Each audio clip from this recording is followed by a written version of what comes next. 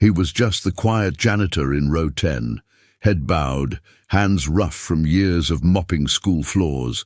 No one noticed him when they boarded the flight, no one except the little girl 2 seats over, who offered him a crayon with a shy smile.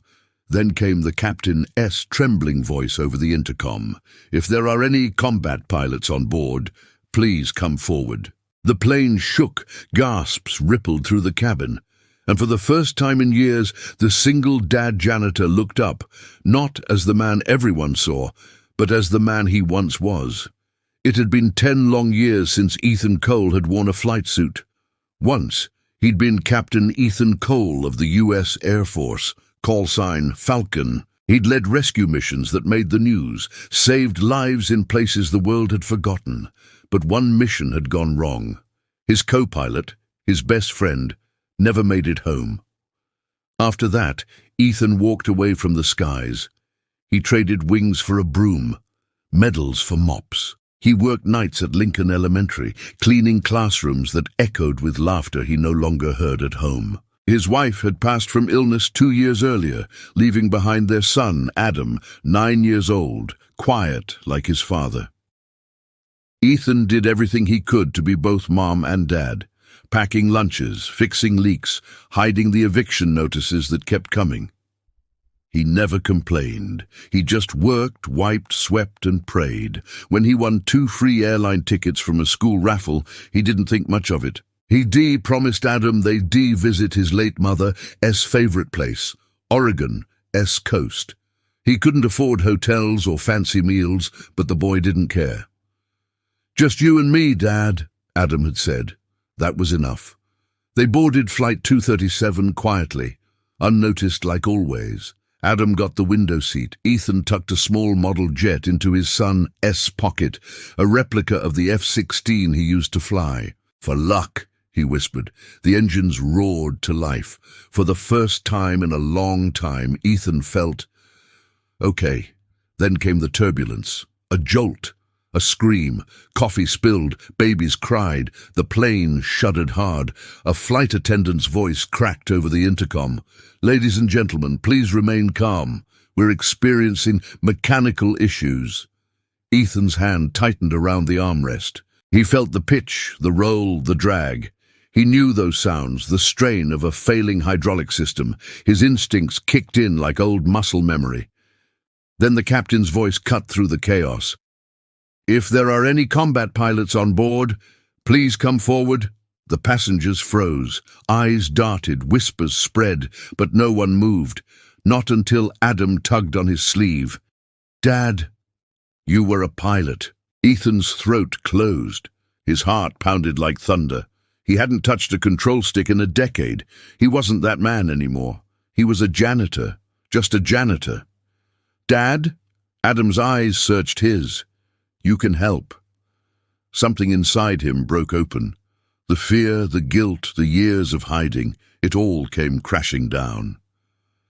Ethan unbuckled his seatbelt. Slowly he stood, heads turned.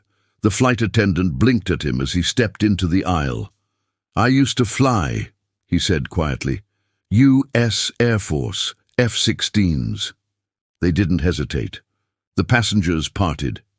Ethan moved forward, each step heavier than the last. When he entered the cockpit, the captain's face was pale with panic. The co-pilot was slumped unconscious. Warning lights flashed red across the control panel. "She's losing pressure in the right engine," Ethan muttered, scanning the instruments. "What's our altitude?" 22,000 and dropping." He slid into the seat. His hands hovered over the controls, trembling for a heartbeat, then steadying as if they'd never forgotten. "Let's bring her home," he whispered. Outside, lightning clawed across the sky. The plane rattled like a tin can. Ethan worked fast, recalculating trim, rerouting hydraulics, improvising with sheer instinct. The captain followed his commands, eyes wide. "Where'd you learn that?" "War zones," Ethan said, voice low. "You don't forget." The intercom crackled. "This is your captain. We're stabilizing, thanks to the help of a former combat pilot on board." The cabin erupted in gasps and prayers. Adam pressed his forehead to the window, watching storm clouds peel away. "Come on, Dad," he whispered. "You can do this." Minutes turned into a lifetime. Then, finally, sunlight.